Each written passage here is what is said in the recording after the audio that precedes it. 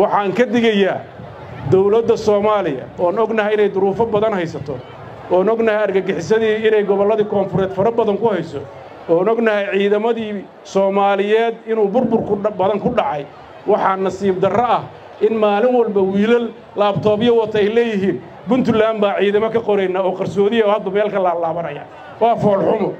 waxaan ka baqaynaa in dadkaasi aqligooda dadka ay ku cayaaraan waxaan rabnaa siyaasiyiinta reer Puntland ee meelaha kala jira hadday dood qabaan Puntland waxay u gudubtay nidaamka doorashooyinka waxay leedahay asxaab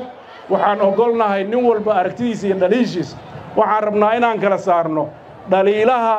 iyo arrimaha siyaasiga iyo arrimaha qaanuunka ah iyo sharciga qofku xaq uma leh inuu dastuurka sidoo raba ka yeelo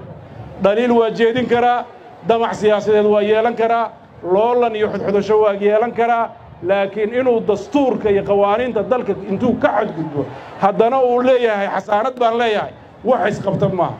qofka dhahaya xasaanad baan leeyahay oo Puntland kala burburinaya wixii laga yeeli lahaa haddii far la qaadana waxa leeyahay dadkii baa la caburinaya dadow garta idinka inay dhiibnaye dalkan ilaashada dawladnimadana ka shaqeeya aad baad u mahadsantihiin waqtigii baan nahaye wassalaamu calaykum